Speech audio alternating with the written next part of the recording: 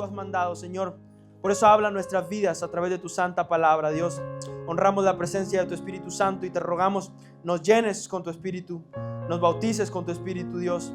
Nos des nuevas fuerzas, dones, Dios, para seguir edificando el reino de los cielos, Señor. A ti sea toda la gloria, toda la honra. Gracias por cada uno de mis hermanos. Gracias por esta congregación. Sé bendito, Señor, por siempre y para siempre. En el nombre de Cristo Jesús. Amén. Amén. Amén. Amén. Soy yo. Siento que estos últimos días he tenido como los oídos medios tapados. No sé si me escucho normal. Cambio el micrófono. Ok. Está por allá, sí.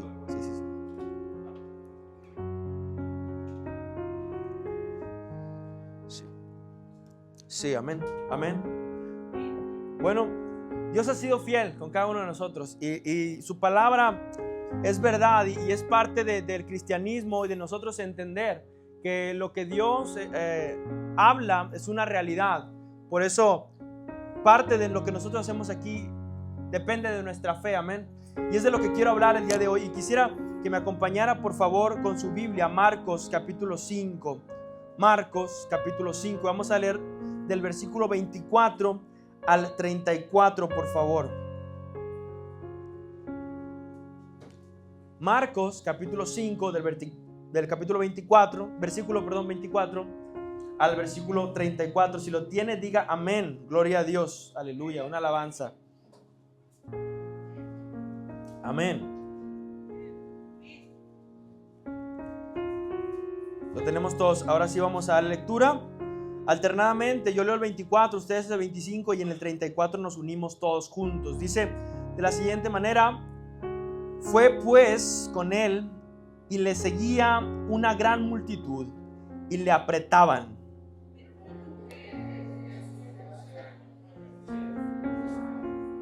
Y había sufrido mucho de muchos médicos y gastado todo lo que tenía, y nada había aprovechado, antes le iba peor.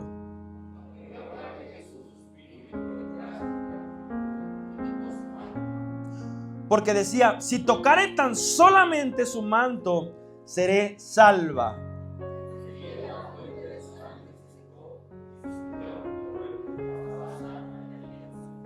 Luego Jesús, conociendo en sí mismo el poder que había salido de él, volviéndose a la multitud, dijo: ¿quién ha tocado mis vestidos?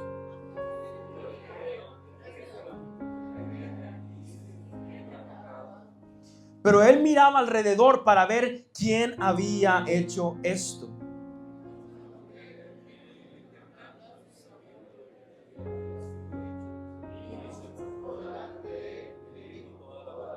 Todos juntos. Y él le dijo: hija, tu fe te ha hecho salva, ve en paz y queda sana de tu azote. Amén. Tomen su lugar, hermano. Qué maravilla acabamos de leer. Y se pone todavía más buena cuando empezamos a explicarlo. Doy gracias a Dios porque estas últimas 2 semanas he tenido mucha, vamos a llamarlo, actividad ministerial. La semana pasada estuve predicando en un campamento y me tocó predicar pues prácticamente desde jueves, viernes, sábado y domingo. Después esta semana me tocó predicar aquí el miércoles, el sábado con unos muchachos allá en Santiago, en la iglesia Nuevo Pacto, y pues ahora aquí en la iglesia. Entonces son alrededor de 7 predicaciones en 2 semanas y pues no hemos parado de estudiar, de leer y de predicar la palabra del Señor. Es bonito, la verdad que me gusta, no me quejo, es una de las cosas que más me gusta hacer y me gusta predicar y sobre todo ver lo que Dios hace en la vida de las personas que escuchan la palabra, porque la fe es por el oír y el oír la palabra de Dios. Entonces el Evangelio de Marcos, hablando ya ahora sí del tema que nos compete, Marcos enfatiza constantemente las acciones de Jesús. Si bien es cierto que cada evangelio tiene un énfasis hacia la persona de Jesús, por ejemplo, Mateo quiere enfatizar que Jesús es el rey, ¿verdad? El rey de reyes. Juan, que es el Hijo de Dios. Lucas y Marcos hablan un poco más de la vida humana de Jesús, de la manera de proceder en esta tierra de Jesús, como también el Dios hombre que era, ¿verdad? 100% hombre y 100% Dios. Y es un evangelio lleno de muchos detalles. también cabe resaltar que Marcos es el primero de los evangelios en escribirse, y muy probablemente tanto Lucas como Mateo hayan tomado como referencia la manera de escribir o redactar los hechos como lo hizo Marcos. Marcos, si bien ahonda un poquito más en detalles acerca de esta historia que acabamos de leer, Mateo también la menciona, pero con menos detalle.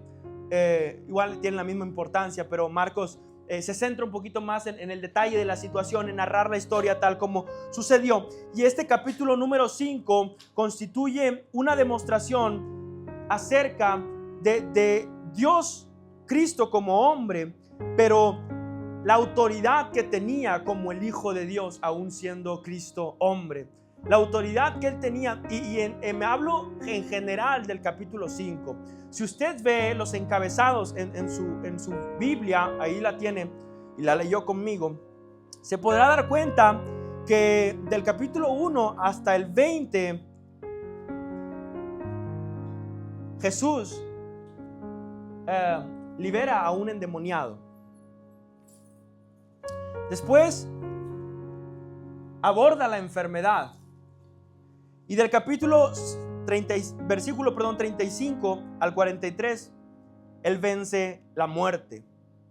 Por lo tanto, en este capítulo 5, Jesús se encarga de derrotar a los 3 enemigos más grandes que tiene la humanidad. ¿Sí? Los demonios, las potestades, las huestes malignas, lo demoníaco. Después, la enfermedad que azota las vidas de las personas, y más aún las enfermedades incurables. Y después la muerte, que ni un ser humano ha podido vencer la muerte más que Jesucristo. Amén. Entonces es algo demasiado impresionante este capítulo número 5 de Marcos. Y nuestro pasaje que hoy leíamos, del versículo 24 al 34, no es una casualidad que esté escrito de esa manera. Si usted puede ver, dice la hija de Jairo y la mujer con el flujo de sangre. Dependiendo la Biblia que usted tenga, dirá algo diferente o algo parecido. Es encabezado que empieza unos versículos antes y termina unos versículos después de lo que leímos. Por lo tanto, vamos a hablar de una manera literaria. Esto podríamos decir que es un sándwich, ¿no? Empieza hablando de un tema, introduce a mediación otro tema y termina esta serie, este pasaje con otro tema, con el tema que empezó. Entonces básicamente es un sándwich literario donde empieza con un tema, introduce otro y termina con el tema con el que empezó. Y no es coincidencia, lo hace a propósito. Marcos lo hace a propósito porque quería, más allá de hablar del milagro, que sí es sorprendente, y nosotros vamos a hablar hoy de este milagro asombroso de la mujer de flujo de sangre, pero Marcos tenía otro mensaje también que dejar por ahí implícito, y es que para el Señor no hay distinción de personas. Para el Señor, cuando va a hacer un milagro, lo hace con el que Él quiere y con el que a Él le place, y aquel que tiene fe para recibir el milagro. No importa si eres rico, si eres pobre, si hay fe para recibir de la presencia de Dios, poder lo vas a recibir. Y lo hace de esta manera. Jairo era hombre, la mujer del flujo era mujer, ¿verdad? Jairo era el principal de la sinagoga, o sea que tenía un puesto alto, religioso y todo lo que usted guste. La mujer de flujo de sangre, por la posición que tenía como enferma, era una persona marginada, aislada. Entonces estamos hablando un hombre, una mujer, no importa el género, hombres y mujeres son iguales delante de Jesucristo.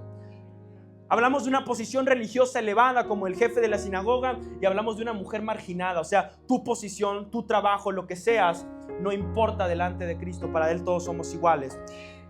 Jairo era un hombre rico, bueno, por lo menos con una buena posición económica, y la mujer muy probablemente era pobre, porque dice que había gastado todo su dinero en médicos, lo dice el texto, por lo tanto era pobre. No, o sea, no importa si eres rico o pobre, para el Señor somos iguales a la hora de recibir un milagro. Después habla de que Jairo, bueno, era un hombre respetado, ¿verdad? Un hombre que tenía cierto estatus, y la mujer era vista como impura. En la cultura judía, una mujer así era vista como impura. Jairo tiene nombre. ¿Cuál es el nombre? Jairo, ¿verdad? ¿Y la mujer de flujo de sangre tiene nombre? No tiene nombre. Ella venía del anonimato. No importa quién seas delante de Jesucristo. La hija, bueno, ya esto es otro contraste, ¿verdad? La hija de Jairo tenía 12 años y esta mujer tenía 12 años de estar enferma. Por lo tanto, no es coincidencia que Marcos las una como un solo texto, como un solo encabezado en su evangelio. Era para resaltar que para el Señor no importa la situación que estés viviendo. Si Él va a derramar poder sobre tu vida, lo va a hacer independientemente de todas las cosas. Y ese es el mensaje. Para Jesús no hay distinción de personas, no hay categorías en estatus social o económico. Para el Señor todos somos iguales. Nuestro Salvador es de gracia. No importa si eres un religioso o si eres alguien olvidado o si eres alguien que no importa en la sociedad, el Señor va a obrar con tu vida. Dice la palabra del Señor que ella padecía durante 12 años, hermano. 12 años no es poquito. Quiero que entienda eso. 12 años no es poquito. Un mes todavía se me hace mucho. Un año ni se diga. 12 años, hermano, era una locura lo que ella estaba sufriendo. Cualquiera pudo haber pensado en quitarse la vida, matarse, suicidarse antes de sufrir lo que ella sufría. Y ahorita le voy a hablar porque la mujer, cuando estaba en la costumbre de las mujeres, en la cultura judía era vista como impura. Cuando una mujer estaba pasando por la costumbre de las mujeres, una vez al mes, ningún hombre podía tocarlas porque era como impura, por así decirlo, durante esos días. En la cultura antigua, ¿verdad? Esto no es así a día de hoy.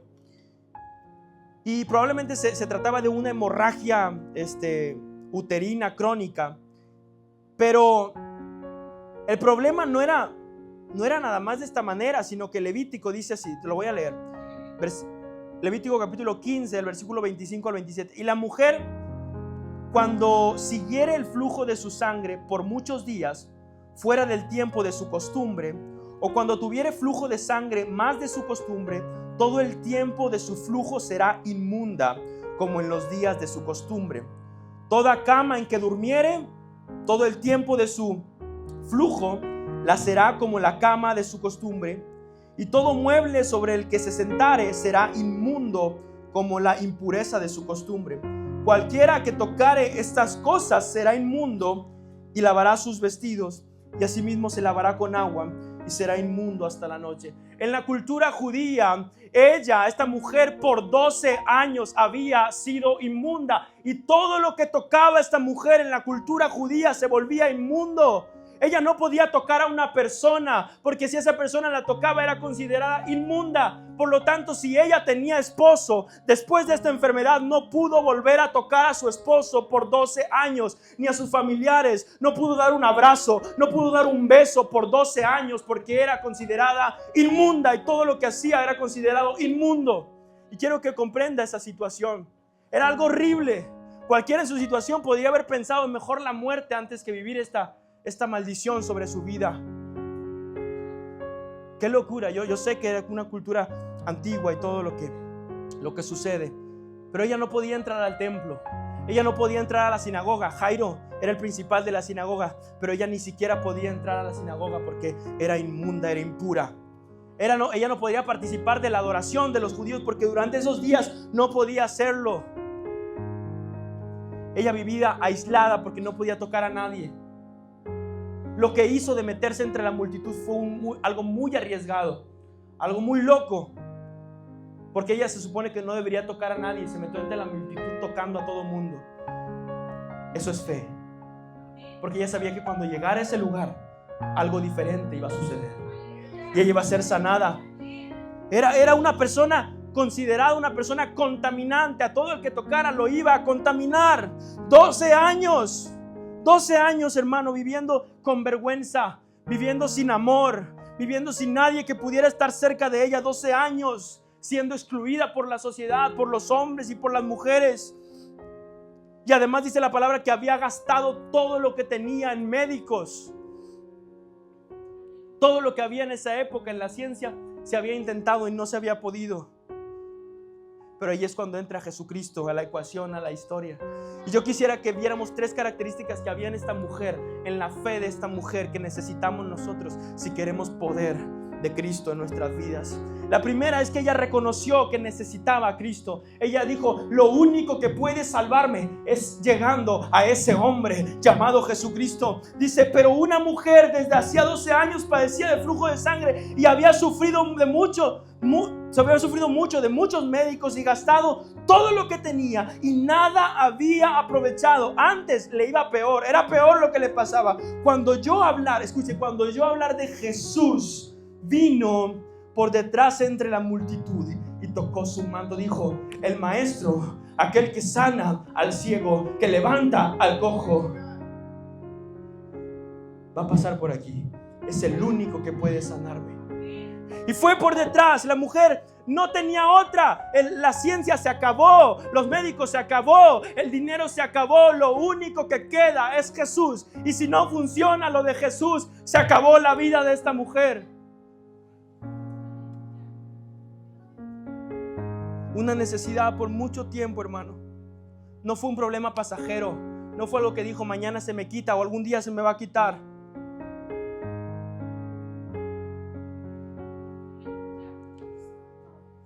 Vamos a hablar en el sentido espiritual, porque yo sé que quizá a lo mejor todos estamos bien dentro de lo que cabe.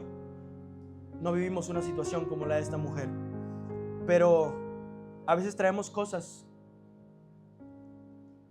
que llevamos cargando en nuestra vida, como el pecado, que no le decimos a nadie, pero ahí está nuestra vida, afligiendo por años. ¿Por qué no? También una enfermedad que te ha atormentado por años en tu vida. Por años. Una amargura por una decepción, por algo que te hicieron, y esa amargura no se va de tu corazón. Año tras año ahí está. Algo que tú hiciste y que nadie ha podido borrar y tu mente no lo ha podido sacar. Y te sientes culpable y la culpa año tras año te persigue. Y alguien se encarga de recordártelo y no puedes salir de ahí. Por la ausencia, por la muerte, por lo que gustes. Ese vacío que hay en el corazón. Familias que se deshicieron por el pecado. Familias deshechas por la enfermedad. Año tras año sufriendo de lo mismo.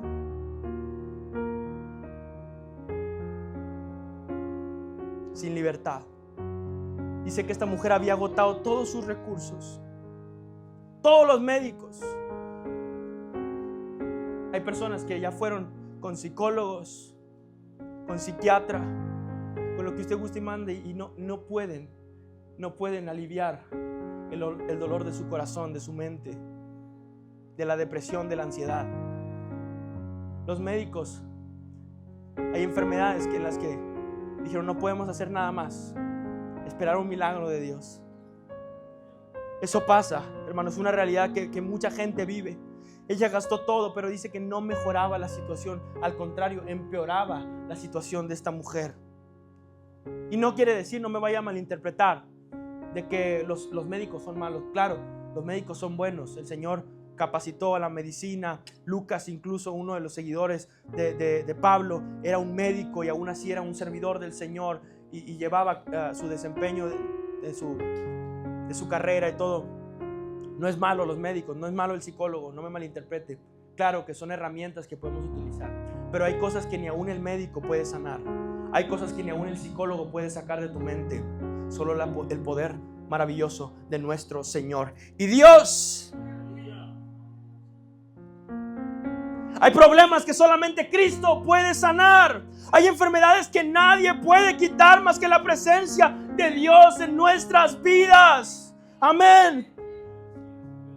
Y Romanos 10:17 dice: así que la fe es por el oír y el oír la palabra de Dios. Ella escuchó que venía Jesús y sabía que lo que hablaba Jesús daba vida.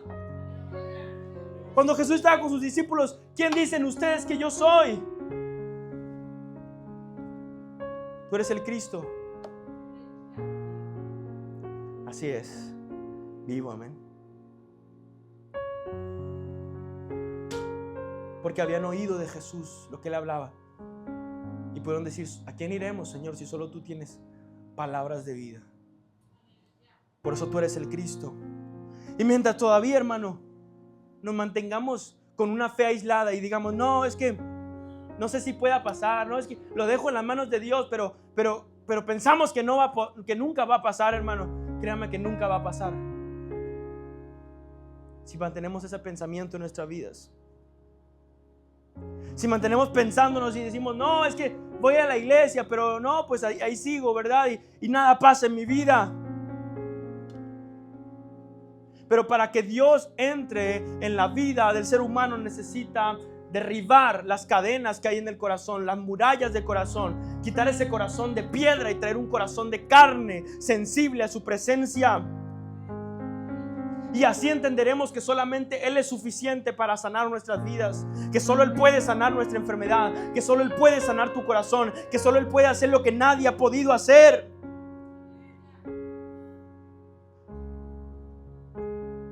No pienses que podemos resolverlo todos solos.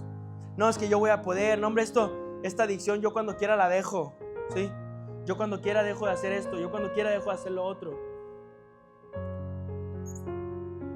No pienses que tú puedes solo. No, yo tengo bajo control la situación, hombre. Yo estoy ya tengo un plan para resolver esto. No, es que solo es cuestión de esperar y el proyecto se va a dar y las cosas se van a funcionar. Hermano, únicamente es con la presencia de Jesús en nuestras vidas. Busquemos a Jesús con todo nuestro corazón como lo hizo esta mujer.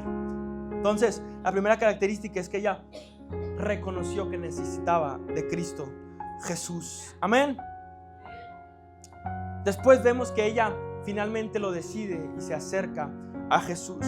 Cuando oyó hablar de Jesús, vino por detrás entre la multitud y tocó su manto, porque decía, si tocare tan solamente su manto, seré salva. Si tocare solamente su manto, seré salva. Y enseguida la fuente de su sangre se secó y sintió en el cuerpo que estaba sana de aquel azote. Hermano, ella hizo todo lo que no debía hacer. Tocar a un hombre, tocar a la multitud, salir donde debería estar guardada.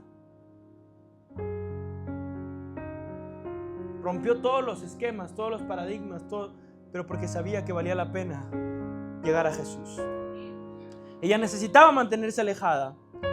No podía en ninguna remota idea entrar en una multitud. Pero ella fue abriéndose paso, ella fue entre la gente, sin importarle el riesgo, sin importar lo que podía pasar. Si alguien la descubría, imagínense, hermano, lo que hubiera pasado en aquel momento. Se hubiera armado bárbaro el escándalo si alguien la descubría. No sé si ella fue tapada. Yo me encanta imaginarme las historias bíblicas. Y no sé si ella iba tapada, quizá con algo en su cabeza, o no lo sé, ¿verdad? Se usaban mucho los mantos, las túnicas, y ella así fue. Quizá nadie se dio cuenta que era una mujer siquiera, y llegó hasta ese lugar, y pudo haber sido descubierta, y pudo haber sido en ese momento apedreada, lo que sea, rechazada, repudiada. Pero había algo más grande en su vida, y eso era la fe por llegar a Cristo. Y ella sabía que el objetivo era Jesús. La mirada estaba puesta sobre Jesús. Por eso el escritor de los Hebreos dice, nuestra mirada puesta sobre Jesús, el autor y consumador de la fe. Porque si pones tu mirada sobre la gente, vas a terminar decepcionado, vas a terminar sin una respuesta. Esta mujer, antes de mirar a Jesús, había ido con médicos, había puesto su mirada en otro lado y el mundo no pudo responderle. Pero cuando puso su mirada sobre Jesús, las cosas cambiaron. Cuando supo que el objetivo era Jesús desde siempre, las cosas cambiaron. Creyó en Jesucristo. Y la fe solamente puede salvarte cuando está puesta en el objetivo correcto. Porque hay gente que tiene fe en el tarot. Hay gente que tiene fe en el budismo. Hay gente que tiene fe en el horóscopo. Hay gente que tiene fe en ídolos, en la, no sé, la madre tal y no sé qué tantas cosas, el San Judas y todo ese business.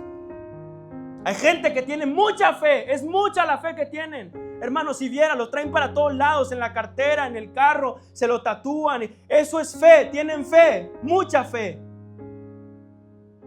Incluso más que la gente que está dentro de nuestras iglesias. Esa gente de afuera tiene fe en sus ídolos, pero jamás van a lograr salvarle sus ídolos por más fe que tengan.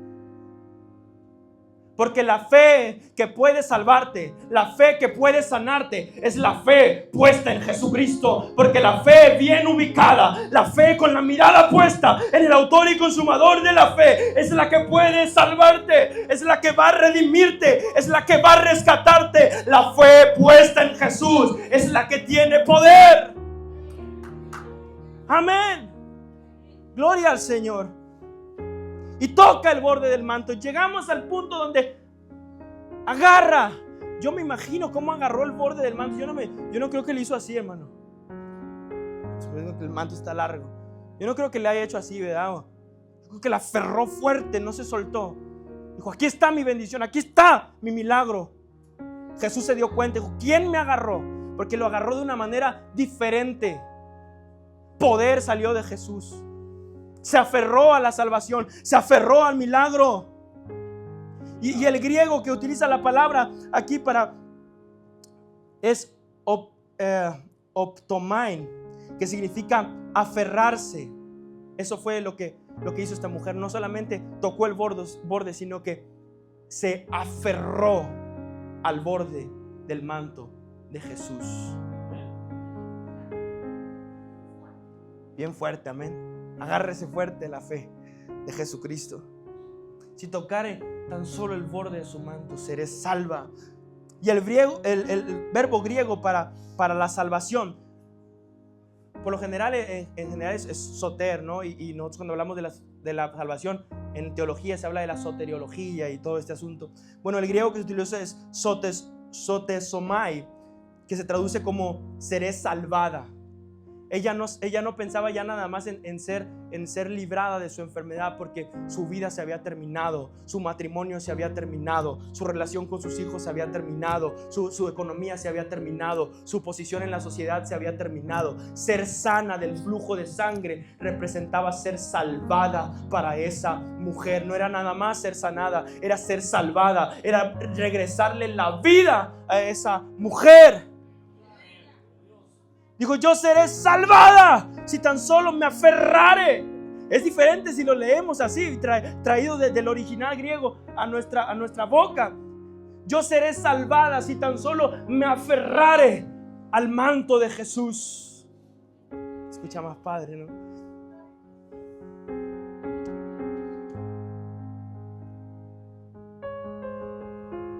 Y después habla otra palabra. Son 3 palabras griegas nada más que destaqué, que son importantísimas en este texto.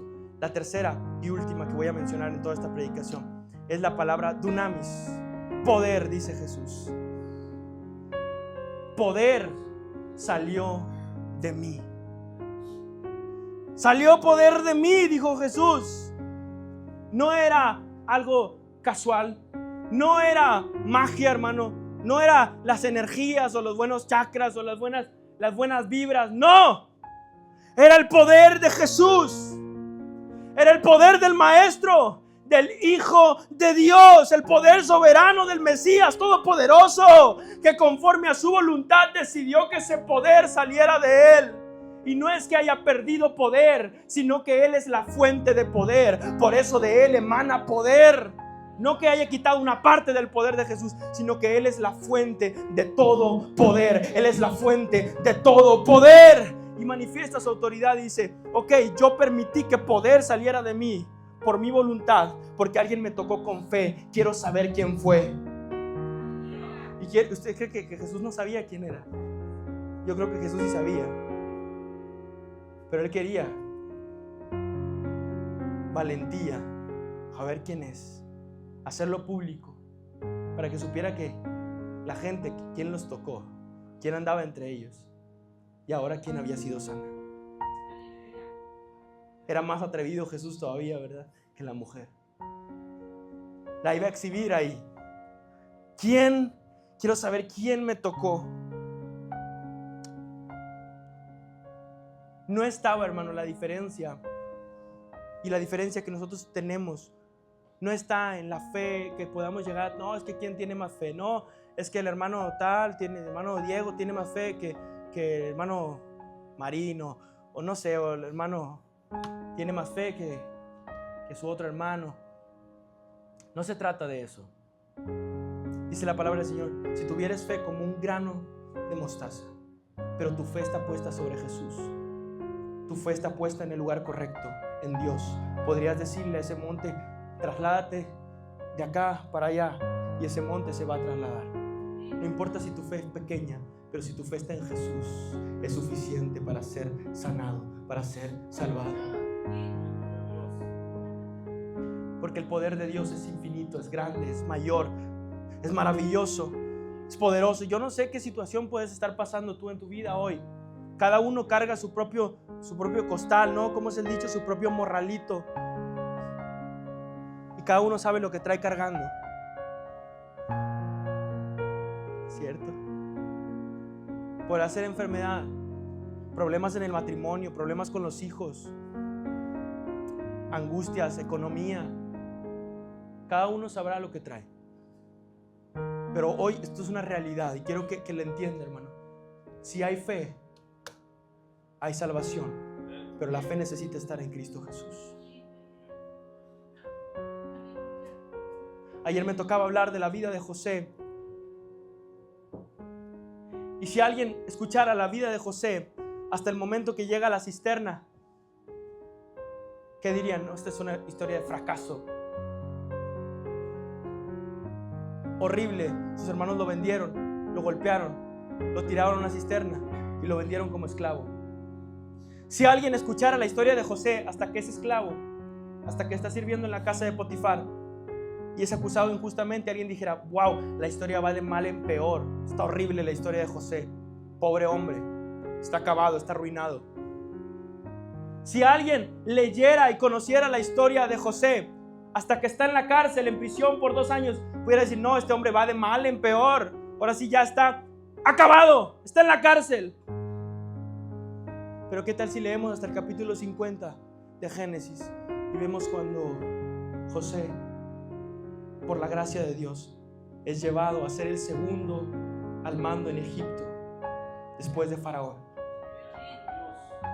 No porque hoy tu circunstancia, tu momento esté siendo difícil, la estés batallando, quiere decir que no va a llegar la salvación a tu vida. Porque si hay fe y hay esperanza en Cristo, tu historia aún está escribiéndose. Porque mientras José estaba en la cisterna, los hombres egipcios estaban siendo preparados para llevarlo hasta aquel lugar. Y mientras él estaba en la cárcel, los 2 hombres que estaban con él ya habían sido preparados desde antes en aquel lugar. Y para cuando él estaba en la cárcel, la vida de Faraón ya estaba siendo preparada y el hambre ya iba a venir sobre Egipto. Dios no ha dejado de trabajar en tu vida, no porque hoy pienses que está en silencio la situación o hay un proceso muy duro en tu vida, quiere decir que el Señor ya dejó de trabajar en ti. El Señor va a salvarte. Aférrate al manto de Jesús, porque Él va a salvarte.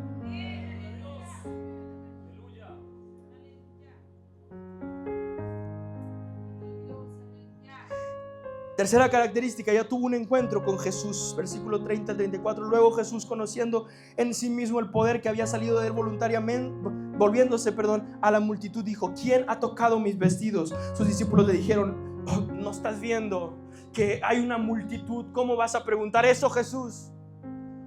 Hay un montón de gente. Todos te tocaron. Desde que entraste, desde que saliste al camino, todo el mundo te viene tocando. ¿Cómo vas a preguntar que quién te tocó? Pero alguien le había tocado diferente.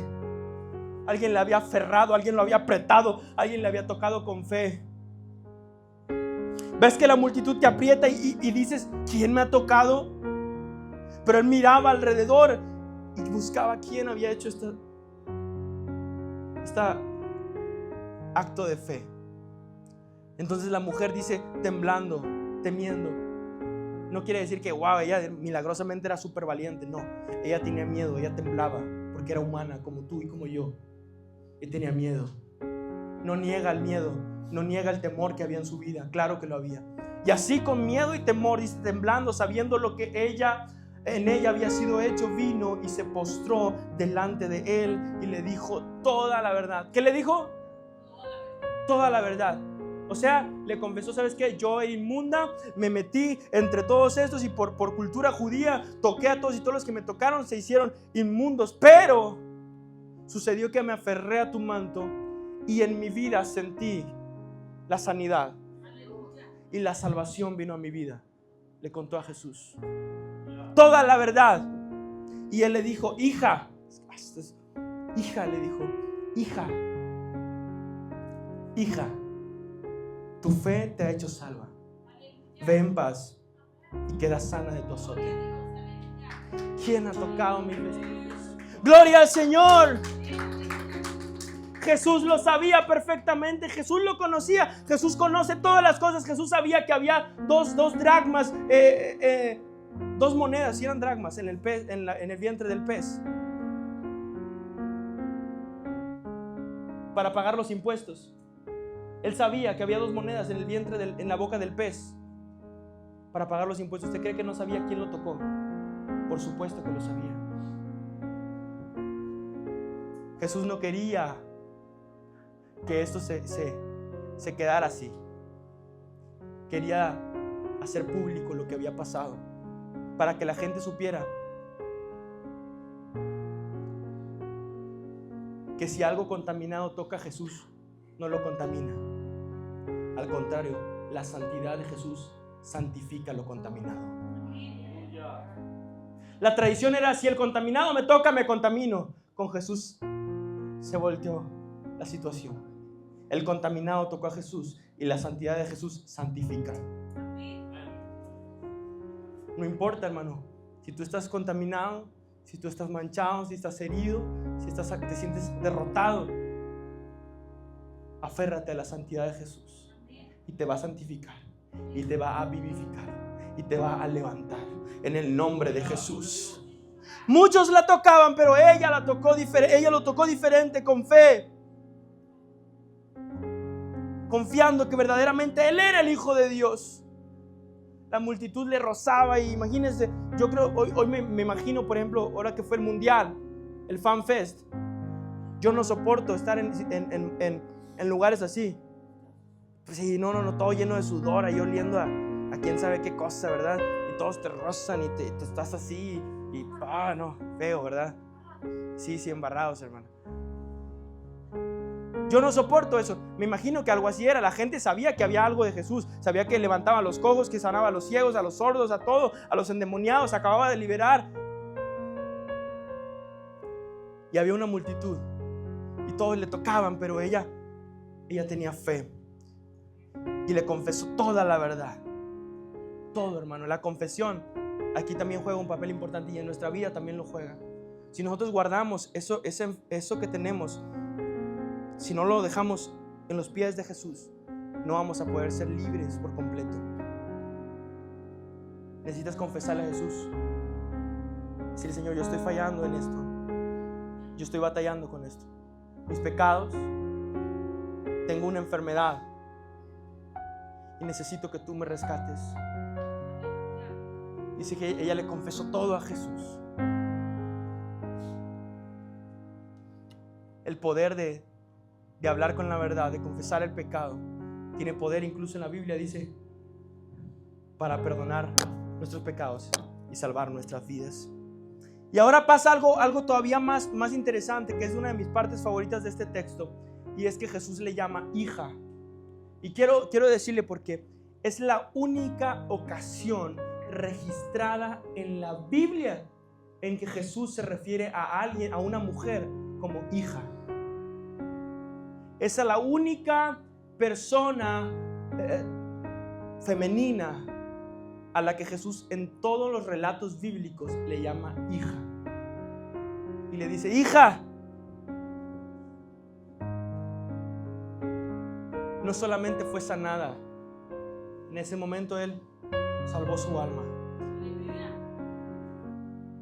Ella creyó en Jesús. Todo aquel que en Él cree es hecho hijo de Dios. Y Él le dijo, hija.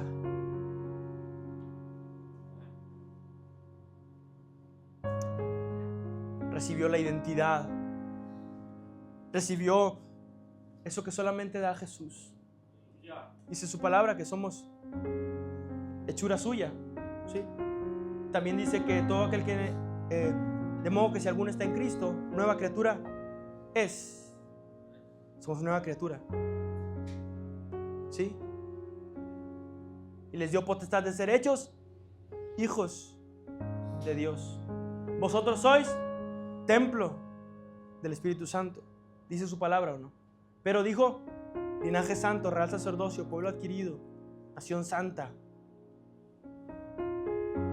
Eso es lo que Dios da a tu vida, una identidad. No, tú no eres tu enfermedad, tú no eres tu fracaso, tú no eres tus errores, tú no eres lo que el mundo te hizo, lo que la traición te hizo. Tú eres lo que Jesús hizo en tu corazón, tú eres lo que Jesús hizo en tu vida. Y por eso hay gente que no sale de esa enfermedad de muerte. Hay gente que no sale de ese pozo en el que se encuentra, porque no ha conocido lo que Dios ha hablado sobre su vida. Y siguen pensando: yo soy un enfermo, yo soy un marginado, yo soy un pobre, yo soy un derrotado. Hermano, no. Jesús te salvó. Aférrate a su manto. Cristo no quiere mejorar nada más tu vida. Dice que Él nos hace nueva criatura. Él va a cambiar tu vida, Él va a restaurar tu vida, Él te hace hijo. Y hay gente, sí, claro, que solamente busca a Jesús por cuando tiene una necesidad, ¿no? Tiene un problema muy grave y busca, ya buscó por todos lados y termina en Jesús. Bueno, es algo humanamente normal, es algo humanamente válido, ¿verdad? Cuando es algo urgente. Pero este milagro que el Señor puede hacer con ellos no es el verdadero milagro, sino la salvación, sino un corazón renovado, un corazón que pueda perdonar. Eso es un milagro, hermano. Eso es un milagro. Un corazón que pueda decir te amo. Ese es un milagro de verdad.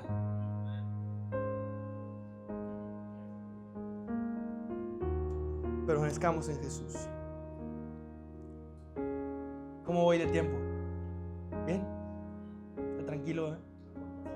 Todavía me falta trabajar, dice el hermano. Ya casi termino. En Jesús se cumple todo, hermano. Dice su palabra que en Él son el sí y el amén todas las promesas de Dios para nuestra vida. La ley dictaba sentencia. La ley de los judíos dictaba sentencia sobre la vida. Y dijo que todo lo que tocara iba a ser contaminado.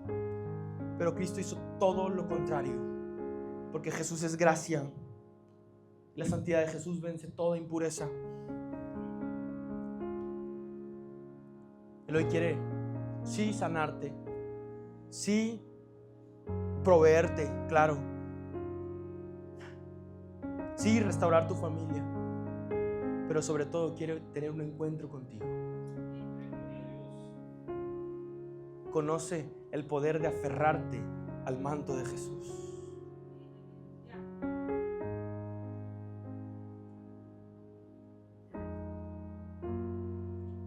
Ella tuvo en ese momento un encuentro con Jesús. Jesús quería intercambiar palabras con ella. No quería Jesús que fuera simplemente un caso esporádico más, un momento más. Él quería intercambiar palabras con esa mujer. Y la hizo. Ponerse en pie e intercambiar palabras con ella y decirle hija, y decirle y confirmarle: has sido sanada de tu azote. Eso es lo que Jesús quiere hacer con nosotros. Más allá de que simplemente recibas bendición y ya, que recibas un milagro y ya, Él quiere intercambiar un momento contigo en el cual quiere decirte: eres mi hijo, eres liberado de tu azote.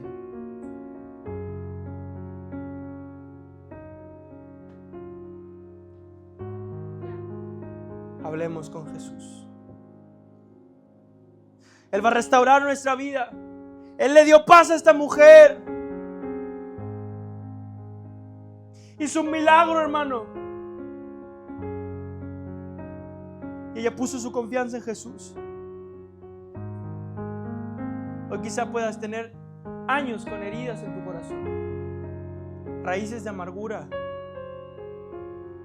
cosas que aún recuerdas y te siguen haciendo daño y te siguen doliendo. Pero hoy Jesús está en este lugar.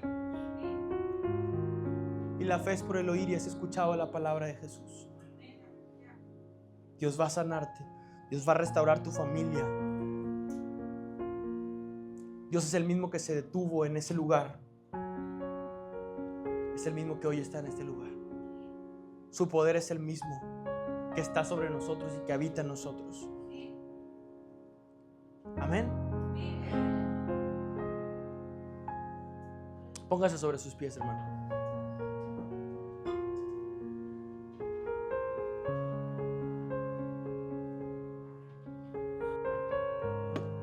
Si puede pasar el grupo de alabanza, gracias. Hermano,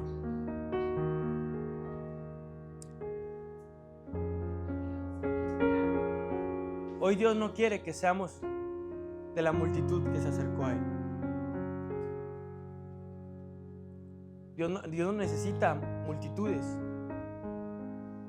Él necesita discípulos. Gente que tenga un encuentro con Jesús y que esté aferrado a la presencia de Jesús. ¿Qué le parece si hoy venimos a este lugar? Y hoy, creyendo en Jesús, pídale lo que le haga falta. No se limite. Crea. ¿Quiere pedirle sanidad? Pídale sanidad a Jesús. No se limite.